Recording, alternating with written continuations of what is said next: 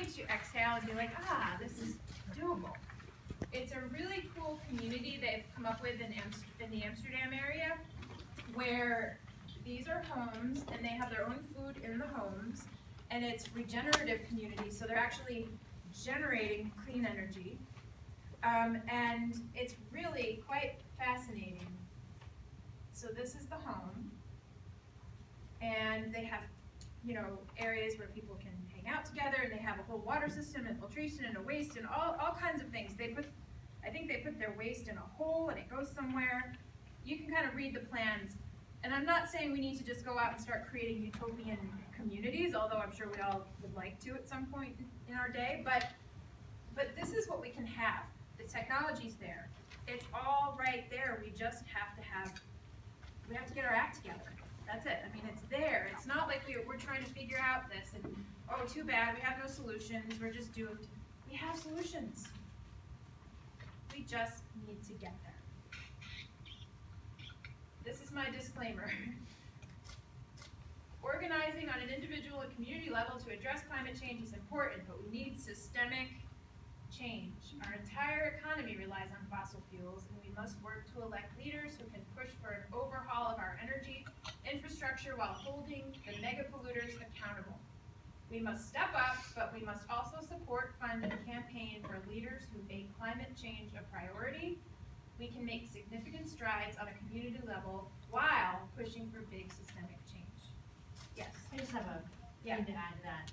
As someone who did run for office, when you go through the process of trying to get endorsements from, say, Sierra Club or any of the other, you know, environmental organizations, one of the things they ask you is whether or not you'd be willing to serve on the environmental committee within, you know, because you have all the different committees. I will tell you that I said yes, and I meant it, mostly because Carrie would kill me if I didn't mean it. And Never works. yeah, and truly, it has become a passion for me as well. Their answer to me was, "Are you sure?" And I said, "Well, of course I'm sure." And I said, "Why would you ask them?" They said, "Because most people will not agree that they are willing to serve on the environmental committee. They want to be on education. They want to be on appropriations. They want to be on." You know. So this is priority number one in some ways of making sure that when we're trying to do all of this, there are actually people who are willing to listen to what we're saying and put the policy in place so that we're not blowing our noses with the blast. Well, thank you. And no social movement ever started with government deciding it was a good idea, right? It started with a couple people in a living room getting beaten down for years and years, probably dying before their dream was realized. But it started like that. And the meetings that I had even a few years ago would be like 2 people. So the fact that we're growing in numbers and the fact that we're hitting this, you know, pressure is really promising. And if you look back, pretty much all social movements have the same trajectory, and here we are. We kind of know where we are right now. We're time to get to work stage. And speaking of climate change as, you know, what's your main issue? Because a lot of people are like, well, but for me it's refugees, for me it's food scarcity, for me. And I call climate change the Kevin Bacon of issues. And why is that?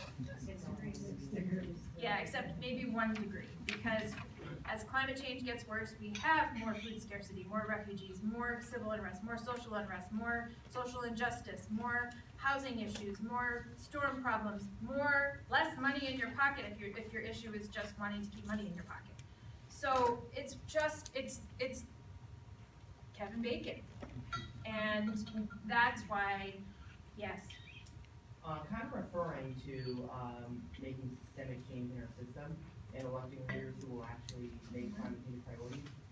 There is one thing that I would like to direct everyone's attention to. I think the website is nofossilfuelmoney.org. What it is it keeps track of politicians and elected politicians and candidates for public office who have signed a pledge swearing off large donations in the fossil fuel industry. Okay, we'll put that on our very first Facebook page when we get that set up. Yeah. And you know, what's very great is that nearly every presidential candidate has signed, Democratic presidential candidate has signed it, and all of them in terms of the ones who actually do have a chance. Okay, good, thank you. Okay, gonna talk deeply about messaging for a few minutes. How many people can explain what this, not how many, somebody raise your hand and explain what this means. Because this is the messaging we've heard for decades, right? We need to reduce our carbon footprint.